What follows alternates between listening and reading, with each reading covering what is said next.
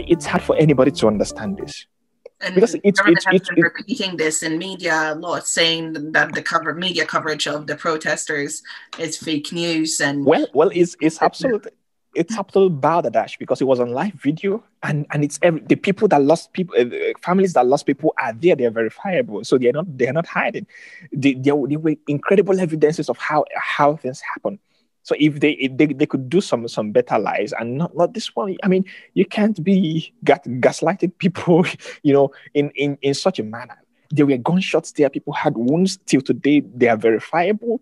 I mean, even bringing a conversation of denying that it happened, it should never be entertained at all. And what actually happened was, so after it became, everyone realized the government will not do any real changes to SARS. Everyone was like gathering for large protests in Lagos at different locations. And the government basically organized a power outage where these protests were going on.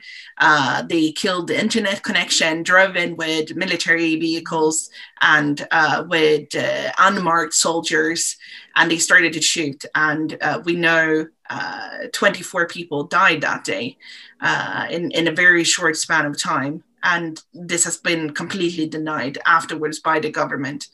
And basically, this obviously caused a stir across the globe.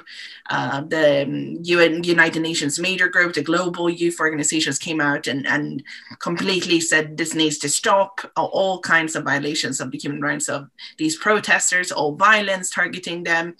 Different other solidarity movements came and showed allyship with the Nigerians. Decision makers globally came out. Joe Biden came out saying that the violence against the protesters need to stop. What do you think? Do you think that the youth protesters expected that kind of pushback from the government? What did all the youth protesters feel after that happened? Well, I mean, it was a dampening of the spirit. The government wanted to do one thing, to quell the protest, to instill fear in the protesters, to stop them from coming out. I would say that the protesters did not expect that this would happen. I would say that at best they would expect, for a country of Nigeria's supposed standards, you're not supposed to kill peaceful protesters, especially when they are not driving away the government. Of course, every government is afraid of protest, driving them out. But these people are asking for police change. You should even be grateful that you found some avenue, to improve your government reputation by latching onto that and making the changes they demand. But then to kill them, it's I think even the figure is probably higher than it's been reported. But to do it in such a manner meant that young people felt dampened, they felt threatened. In fact, a lot of young people were leaving the country after that happened. I know a lot of young people that were still hanging in on hope and saying, oh, they will make this country work, they will do this and that. Now everybody wants to leave. I know a lot have reached out to me to say, oh, yes, I know I've been telling you I'm going to stay here, but I'm now ready to leave. I cannot stay here not knowing the next day if I can survive or if a stray bullet from somewhere hits them, and they tell stories about them and they are gone without any compensation and everything. So it's exacerbated this state of hopelessness in a lot of young Nigerians. And I think it's insane. The government has never been responsible towards human rights. It has degraded to to the lowest ebb that I've seen in my young history in the country. Since I was born, this is the lowest I've seen a government in Nigeria, and this is the lowest I've seen human rights respected in the country. And it's really bad. Young people do not feel safe in their country. They cannot even speak out about it.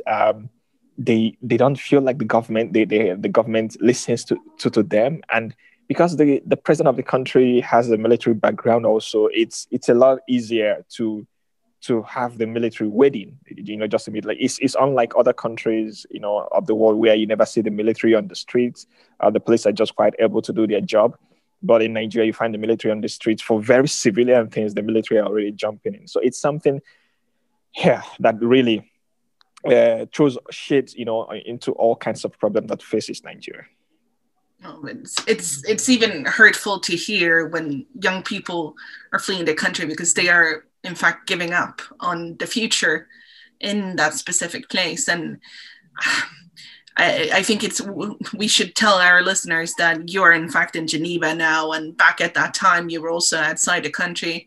And we were personally in contact back then. And I know I tried to establish some connection between you and the Swedish embassy, trying to see, could there be mediators? Can there be protections? Can there be some sort of assistance for the people that need to get out of the country?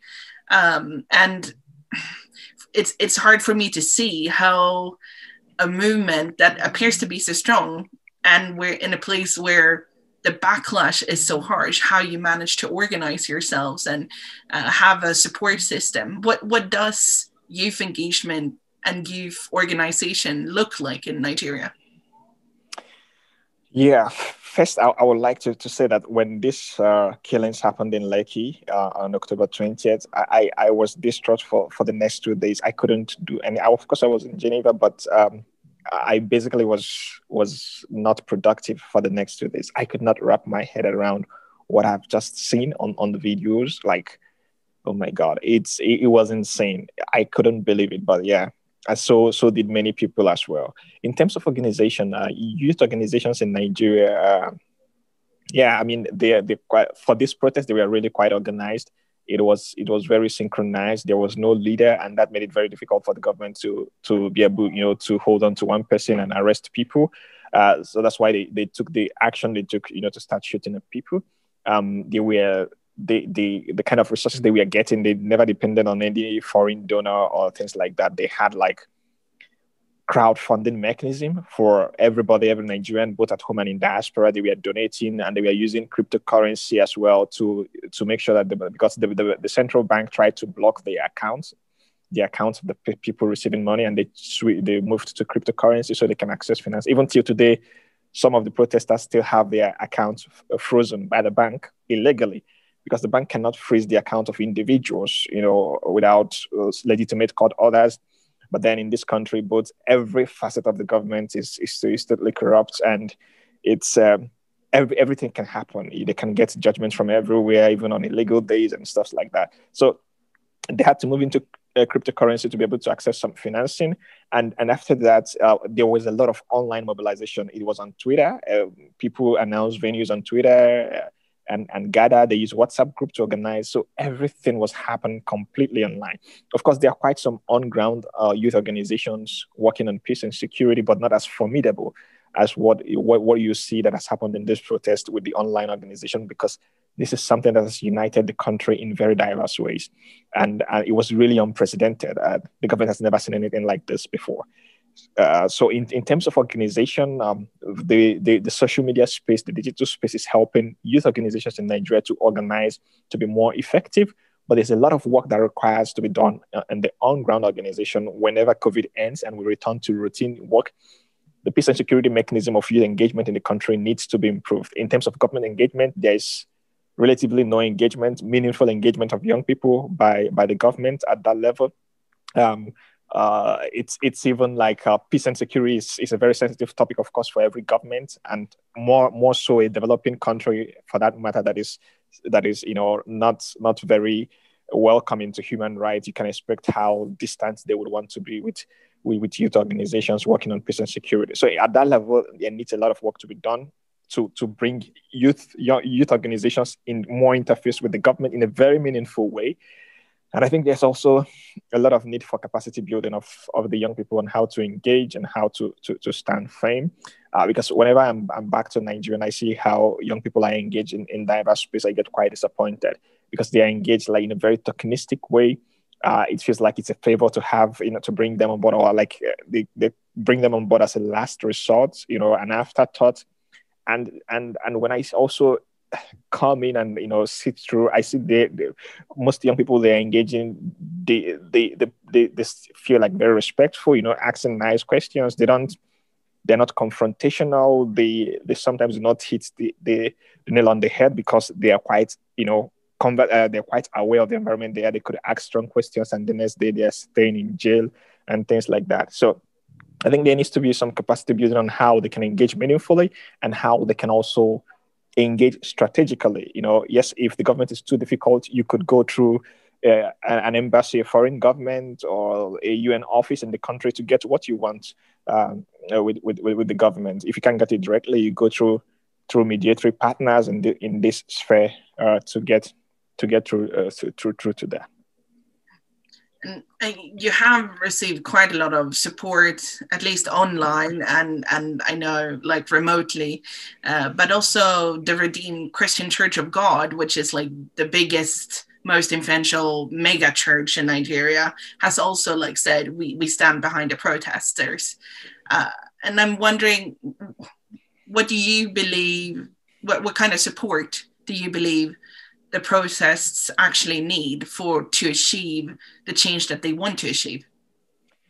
I think the most important support that the protest needs is an international support, strong international support, strong international eye on Nigeria. I think we've suffered from poor foreign policy of the United States in the past few years, especially regarding the African continent. There seems to be a lack of interest in this interest of the incumbent government of the United States. I mean, it's not like the United States should really be concerned about what is happening in the continent, but for such growing democracies, you need to put them on their toes just to make sure that the people's choices are respected. As always, there is hardly any country in Africa that would put Nigeria on their toes. It's the most populous country in the continent. It probably has the largest military in terms of numbers, maybe not in competence and equipment. But then you need international partners to be fiercely on their feet and to make strong statements that will put the government on their toes. Now, for example, I mean, I think so not just Nigeria, most countries in Africa are taking advantage of the kind of nonchalancy of some international partners, on what is happening in the continent. So they're using it to oppress their population. I think if an international government sanctioned individuals that are involved in the end such protest, which must happen, it would go a long way to ensure that this yields some result. The sanctions has to happen because the people must pay prices for those lives lost. For people to have lost their lives, foreign governments need to ensure that whoever gave orders at different level, whether at state level, at the federal level, at ministerial level, for this to happen, they must be punished for their actions, whether today or tomorrow or in 2 years or when they're out of their office. They must get the punishment they deserve for taking lives in this manner. And because if you make it very clear that this is not tolerable, it will go a long way. For example, they announced some sanctions about an election was coming up in one of the states in Nigeria, and they announced some sanctions that if there's a rigging of this election or things go, in a violent way, we're going to do this and that. And it helped to shape the process that people were careful. If they impose travel ban on some of these individuals that normally, if they have headache, they fly to London to go and treat their headache. If they impose travel ban on these people who are running the government in Nigeria, that they will stay in the country, and sort out the issues in the country, I think it will go a long way. When they know they have no place to run to, and this country, really has had enough of them, they would behave in a more proper way. When you bring cases in front of the international courts, International Criminal Court, International Court of Justice, against the government of Nigeria, against specific individuals that gave these orders in the country, I think it will go a long way to making young people feel like their voices are heard.